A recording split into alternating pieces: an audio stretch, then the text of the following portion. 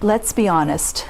This isn't easy to talk about, but silence is where shame grows. And today, we're shining a light on something many struggle with: compulsive masturbation. If you're here, you're not alone. And no, you're not broken. You're human. But here's what you haven't been told. The real reason you keep going back to it, even when it leaves you feeling empty. You think it's just about pleasure, but it's not. It's about pain. Masturbation, especially when it becomes excessive, often hides something deeper: stress, loneliness, low self-worth, anxiety, maybe even past trauma. It becomes a quick escape from emotions we don't want to face, a dopamine hit in a life starved for connection, purpose, and peace. But here's the truth: every time you seek fake intimacy, you rob yourself of real connection. Every time you numb yourself, you delay your healing. Your brain is powerful, but it's been trained by repetition. And what was once just a habit has now become a trap. But there's hope. You can rewire your brain. You can take back your power. Start by asking yourself, what am I really looking for when I reach for that momentary escape? Is it comfort? Is it love? Is it control? You deserve to give yourself those things, but in healthy, life-giving ways. Start exercising, meditate, build relationships, set goals, replace escape with engagement, replace fantasy with faith, and most importantly, forgive yourself. Shame keeps the cycle alive. Self-compassion breaks it.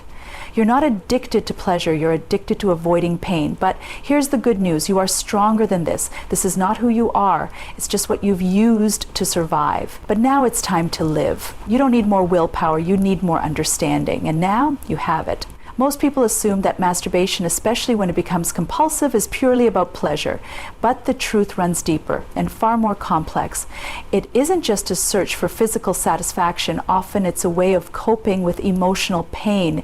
It's a silent scream for comfort in the midst of loneliness, anxiety, stress, or even unhealed trauma. When someone turns to masturbation repeatedly, even when they feel regret or emptiness afterward, it's a sign that something emotional is being avoided, numbed, or temporarily soothed. The human mind seeks relief when it feels overwhelmed. It wants to escape from thoughts that are too heavy to carry, feelings that are too confusing to face, or situations that feel out of control. In those moments, masturbation becomes more than a physical act. It becomes a form of emotional anesthesia. For a few fleeting moments, the world disappears. Worries dissolve, the pressure fades. But it's only temporary, and when it ends, reality comes crashing back in, often accompanied by guilt, shame, or even a deeper sense of isolation. This cycle is not about weakness, it's about pain management.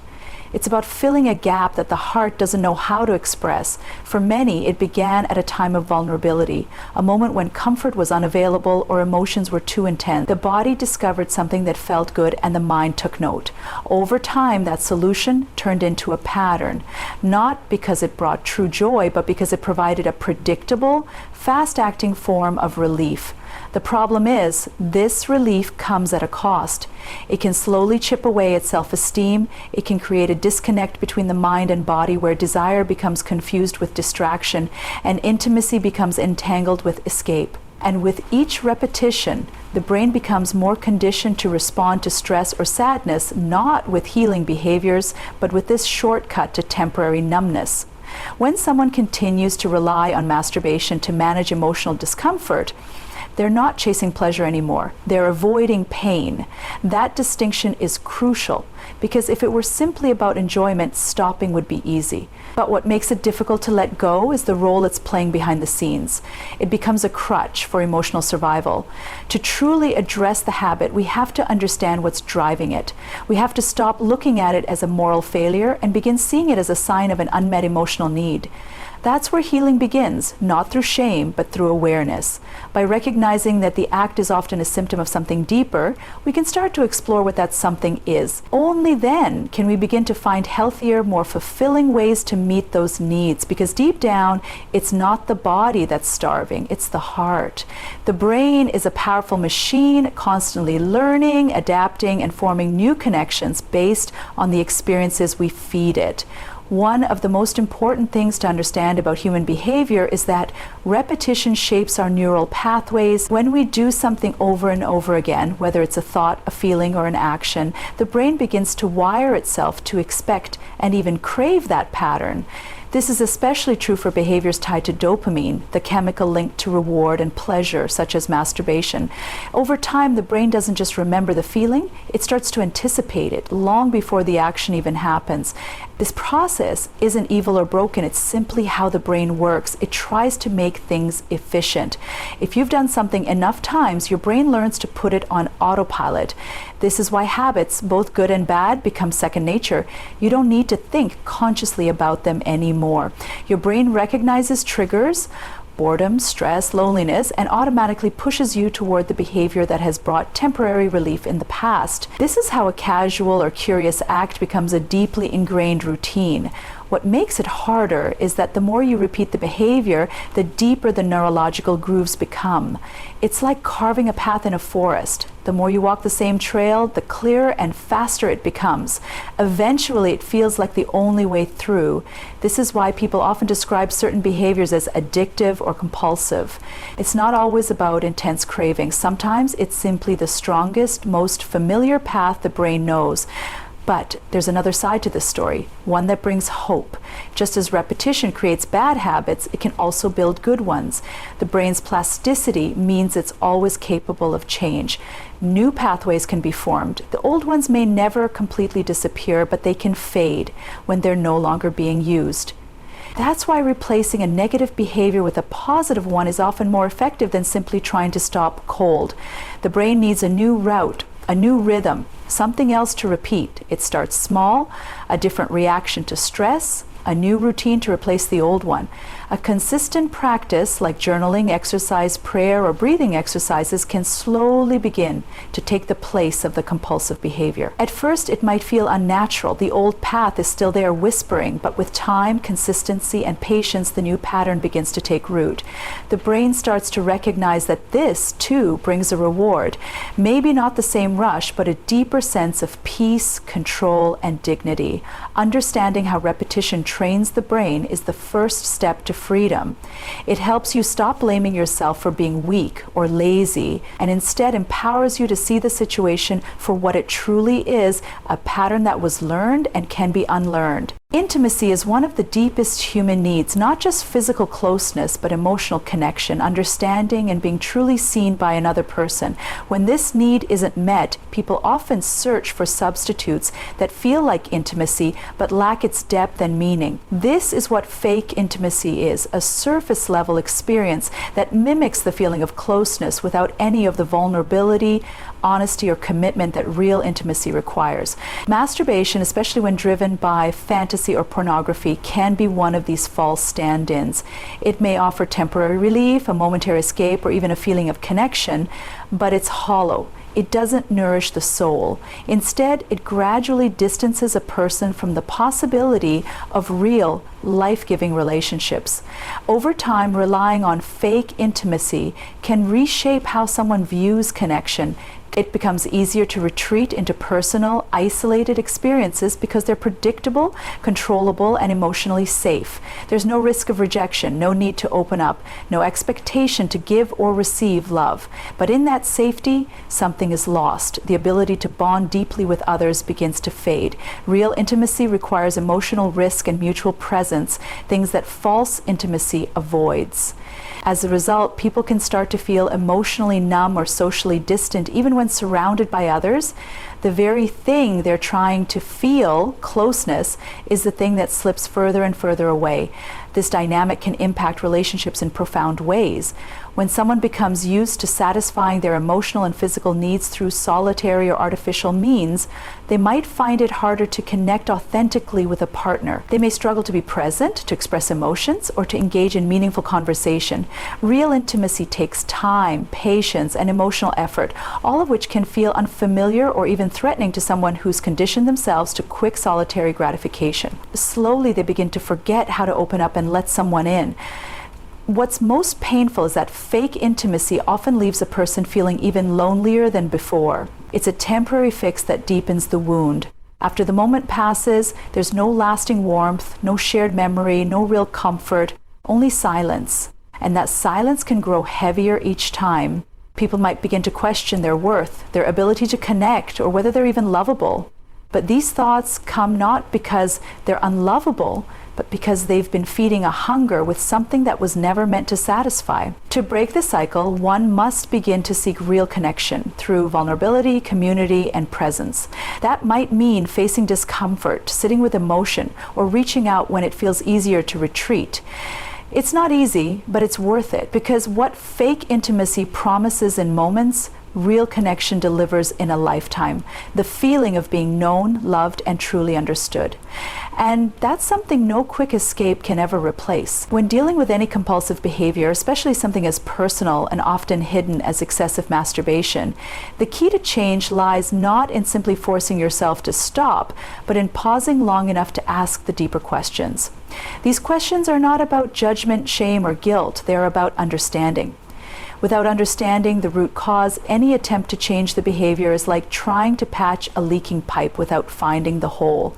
Asking yourself why you feel the urge, especially at certain moments, is not weakness. It is wisdom. It is the first act of reclaiming power over your mind and your choices. Every time the urge arises, it's trying to tell you something. It may not be about lust at all. It may be about loneliness, about stress, about a deep sense of emptiness that you haven't found words for yet. Maybe you're trying to escape from an argument, a rejection, or disappointment, or even boredom. The body remembers these feelings, and the mind searches for a way to soothe them. The question is, what are you really looking for? Are you seeking comfort, control, relief, or simply a break from thinking and feeling too much? When you begin to explore these questions without fear, a pattern often emerges. Maybe it always happens at night when you're alone. Maybe it's when you feel like you're not good enough, or when you're overwhelmed with expectations. The urge becomes a response, not to desire, but to discomfort. It's not about the act. It's about the emotional trigger behind it. The moment you identify that trigger, you gain a window into your deeper needs. And those needs are valid. Everyone needs love, security, and peace. Everyone needs to feel seen, safe, and purposeful. But when these needs aren't being met in healthy, sustaining ways, the brain finds shortcuts. And those shortcuts become habits. So instead of shaming yourself, try asking, what do I truly need right now? What am I afraid to face? What pain am I trying to silence? You might be surprised at what comes up. It could be a childhood memory, a fear of being alone, a constant pressure to perform or prove yourself. These are not things you can heal overnight, but acknowledging them is a powerful beginning. The act of honestly questioning yourself opens the door to emotional growth, self-awareness, and eventually healing. Behavior becomes meaningful when it's understood. Change becomes possible when it's rooted in compassion. Instead of punishing yourself for the behavior, get curious about it. Treat it like a message rather than a mistake.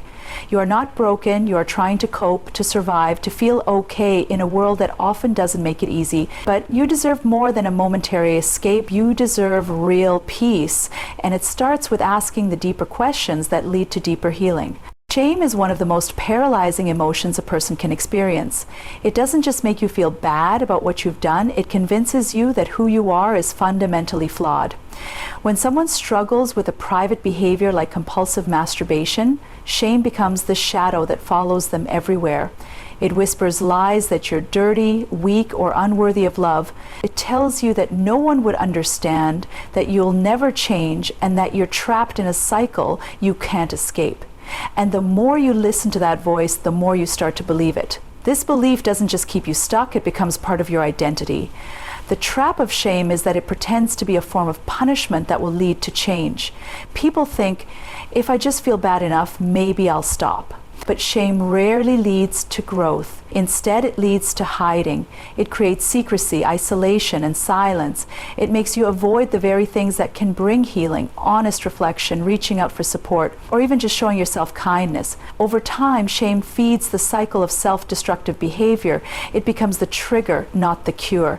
And every time the behavior is repeated, shame grows stronger, creating a loop that feels impossible to break. What shame doesn't tell you is that it's not a necessary part of growth. It's actually one of the greatest obstacles to it. Real change doesn't come from hating yourself. It comes from understanding yourself, from seeing the behavior not as a reflection of your worth, but as a sign of an unmet need. And this is where self-forgiveness becomes powerful. Forgiveness is not about pretending something didn't happen. It's about acknowledging it, learning from it, and deciding that your future is not defined by your past.